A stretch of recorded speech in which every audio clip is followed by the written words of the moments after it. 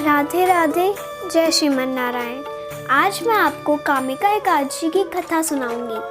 पौराणिक कथा के अनुसार एक बार धर्मराज युधिष्ठिर ने भगवान श्री कृष्ण से श्रवण मास की कृष्ण पक्ष की एकादशी के विषय में जानने की इच्छा व्यक्त करी।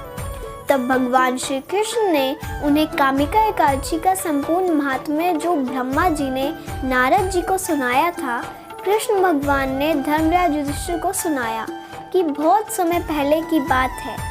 एक नगर में एक जमींदार रहता था जो स्वभाव से क्रोधी और शरीर से बहुत बलिष्ठ था।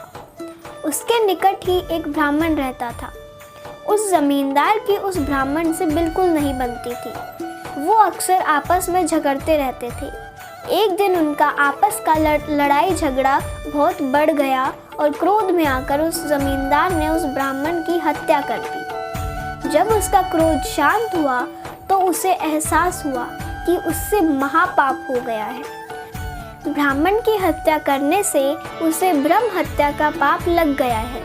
ब्रह्म हत्या के कारण नगर के सभी लोगों ने उसका त्याग कर दिया।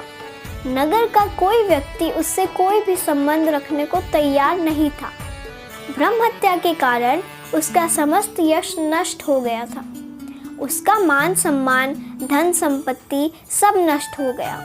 जीवन की बाधाओं और अपराध बोध से उसका जीवन नरक तुल्य हो गया था। सबके त्याग देने के कारण वो अकेला रह गया था। परेशान होकर वो नगर को छोड़कर भटकता हुआ जंगल में पहुंच गया। वहां उसे एक ऋषि मिले। उस जमींदार ने अपनी सारी कहानी उन्हें सुनाई और उनसे सहायता मांगने लगा। तब ऋषि को उस पर दया आ गई और उन्होंने उसे पापों से मुक्त होने का उपाय बताया।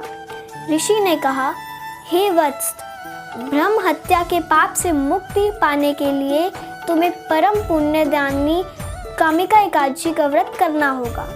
और फिर ऋषि ने उसे व्रत की सारी विधि बता दी। उस जमींदार ने ऋषि के कहे अनुसार कामिका एकादशी का व्रत किया तो उसके सभी पाप नष्ट हो गए और भगवान ने उसे स्वप्न में दर्शन देकर कहा, हे वत्स, अब तुम्हारे सभी पापों का निवारण हो गया है। कामिका एकादशी के व्रत के प्रभाव से तुम अब ब्रह्म हत्या के पाप से मुक्त हो गए हो। अपने पापों से मुक्त होकर वो जमींदार इस लोक में सुख भोगकर अंत मोक्ष को प्राप्त हुआ।